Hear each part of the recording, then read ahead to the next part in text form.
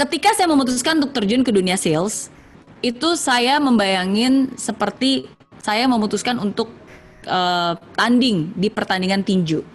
Ketika kita masuk ke ring tinju, udah tahu konsekuensinya.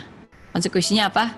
Ya, konsekuensinya bakal kena tonjok, konsekuensinya bakal sakit, konsekuensinya mungkin agak memar-memar atau berdarah-darah gitu kan. Itu konsekuensinya. Sama ketika kita terjun ke dunia sales, ada konsekuensinya juga. Konsekuensinya kita bakal ditolak, konsekuensinya mungkin kita akan dijauhin temen, konsekuensinya mungkin kita akan gagal berkali-kali gitu. Itu konsekuensinya dan itu sakit ya nggak? Nangis darah juga mungkin ya, keringetan, dan itu konsekuensinya. Tapi saya akan selalu mengingatkan diri saya sendiri. Ketika saya berada di ruang tinju, saya mungkin akan ditonjok, saya mungkin akan terjatuh. Tapi ketika saya terjatuh, apakah berarti saya KO? Enggak KO. Kapan seseorang dinyatakan KO? Coba kapan? Ketika dia terjatuh. Yes, ketika dia terjatuh, terus wasitnya menghitung 10, 9, 8, 7 gitu kan, dia meng-countdown. Setelah 10 detik nggak bangun-bangun, baru KO. Kamu gagal, kalah, knock out. Oke? Nah, tapi asalkan saya bisa bangkit sebelum hitungan ke-10, saya masih bisa bertanding lagi, saya masih bisa membalikan keadaan, saya bahkan masih bisa juara gitu. Nah, jadi itu yang selalu saya ingatkan kepada diri saya sendiri. Setiap dari kita itu akan mengalami kesulitan masing-masing dan tingkat kesulitan beda-beda. Ada penolakan yang ya udah kayak cuma ditepok doang, tapi ada juga penolakan yang membuat kita sakit sekali. Kadang kita butuh waktu 1 detik, tapi kadang kita butuh waktu untuk bisa menata kembali ya, karena itu udah remuk gitu ya. Itu wajar, itu manusia. Tapi ingat, saya nggak akan membiarkan lama-lama, bapernya nggak boleh lama-lama, jatuhnya juga nggak boleh lama-lama. Karena kalau saya bangkit, saya bisa coba lagi.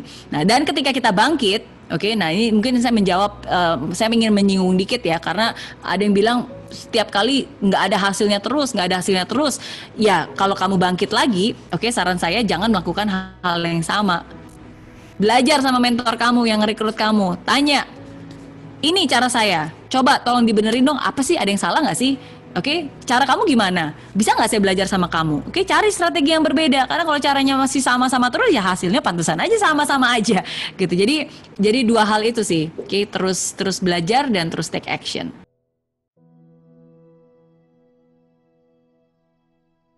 The key to time management is actually priority management. Jadi kunci untuk bisa memanage waktu adalah dengan memanage prioritas. Tadi saya bilang banyak orang sibuk tapi sebenarnya nggak produktif. Sekarang pikirin, coba kamu sibuk ngapain? Karena banyak orang sibuk banget gitu, tapi dia nggak produktif sebenarnya. Iya nggak? Ya jadi kalau misalnya kamu bisa mengurangi waktu-waktu kamu yang nggak produktif, misalnya contohnya waktu kamu nonton drakor, waktu kamu ngestokin temen kamu di Instagram, ya kan? Nah jadi sebenarnya ada banyak waktu yang terbuang hanya karena mungkin kamu tidak memanage prioritas kamu dengan baik gitu. Jangan pernah bilang nggak ada waktu, karena ya memang nggak akan ada waktu.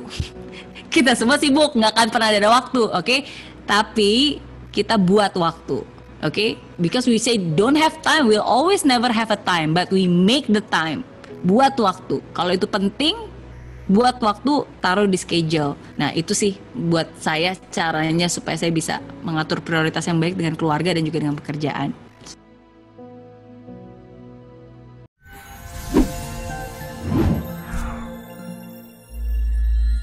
Di aplikasi Mary Riana tersedia lengkap video-video YouTube terbaru saya, artikel yang up to date, post inspirasi, koleksi merchandise, workshop dan seminar yang bisa kamu dapatkan free dan download sekarang juga gratis.